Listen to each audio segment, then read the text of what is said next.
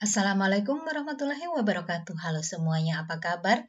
Alhamdulillah sehat walafiat tentu dalam lindungan Allah Subhanahu wa taala. Bersama saya Budi Astuti, hari ini kita akan belajar mengenal geografi untuk kehidupan. Nah, silakan simak dan tonton video ini sampai selesai. Jangan lupa untuk dukung saya dengan like, share, subscribe, dan bunyikan loncengnya agar selalu update dengan materi yang akan selalu saya share untuk Anda semuanya. Nah, selamat belajar dan tetap semangat.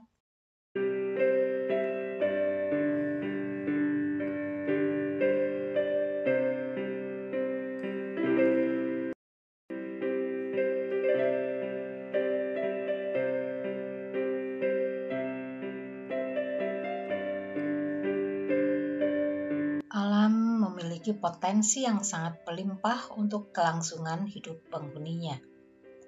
Bila kita perhatikan bahwa potensi geografi yang ada di sekitar kita ada begitu banyak melimpah, kita bisa melihat potensi alam yang bisa kita perhatikan di seputar kita adalah kita bisa melihat adanya pegunungan, dataran tinggi, dataran rendah, gurun, pasir, sungai, iklim, serta kenampakan-kenampakan alam lainnya.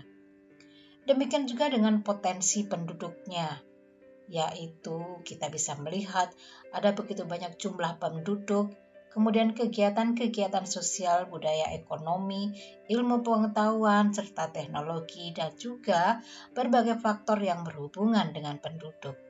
Nah, semua yang disediakan oleh alam untuk manusia ini di dalam geografi disebut dengan istilah sumber daya alam.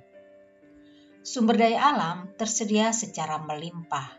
Nah, mari kita perhatikan, kita klasifikasikan sumber daya alam yang ada di seputaran kita.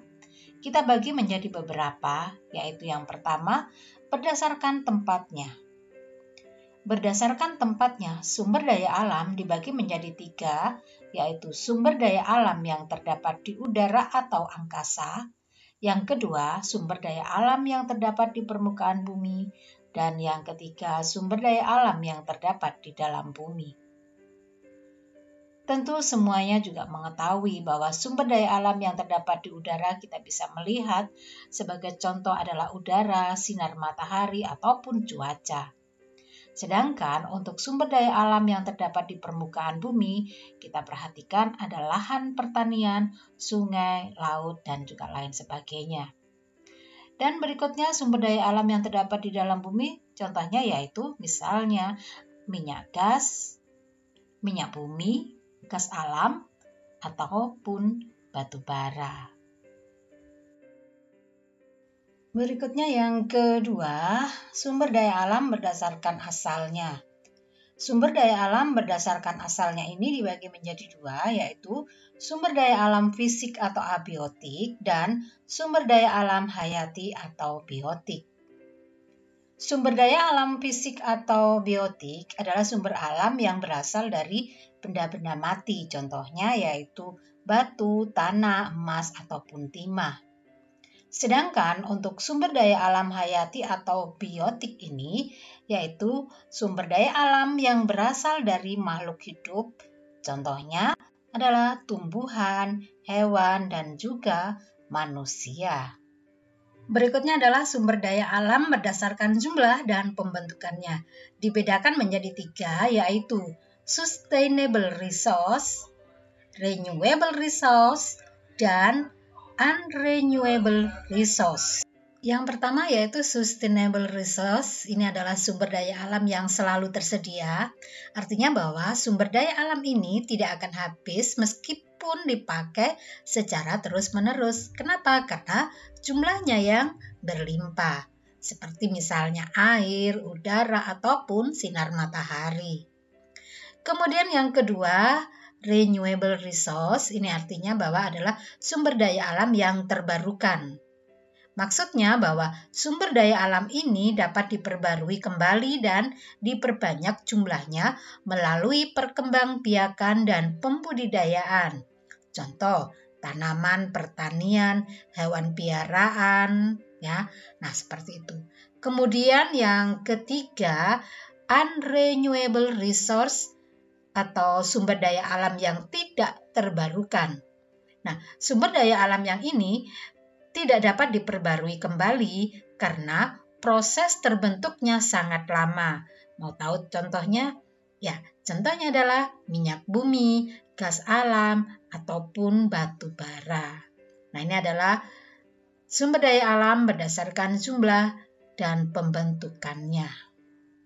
Dan selanjutnya yang keempat, sumber daya alam berdasarkan nilai ekonominya. Nah, berdasarkan nilai ekonominya ini, sumber daya alam dibedakan menjadi dua, yaitu sumber daya alam ekonomis dan sumber daya alam non-ekonomis. Sumber daya alam ekonomis ini merupakan komoditas yang diperdagangkan dengan nilai ekonomi mahal atau memberikan keuntungan, seperti misalnya intan, emas, dan juga minyak. Sedangkan sumber daya alam non-ekonomis, sumber daya alam ini merupakan komoditas yang harganya murah atau mungkin ya bahkan tanpa harus membayar kita sudah bisa memperolehnya, yaitu udara, sinar matahari, ataupun juga air. Nah, bagaimana bisa dipahami ya? Ini adalah macam-macam sumber daya alam atau klasifikasi dari sumber daya alam yang ada di sekitar kita.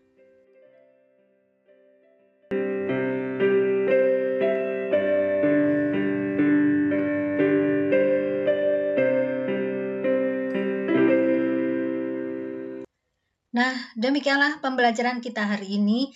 Terima kasih sudah belajar bersama saya. Semoga bermanfaat apa yang sudah kita pelajari. Tetap semangat untuk Anda semuanya.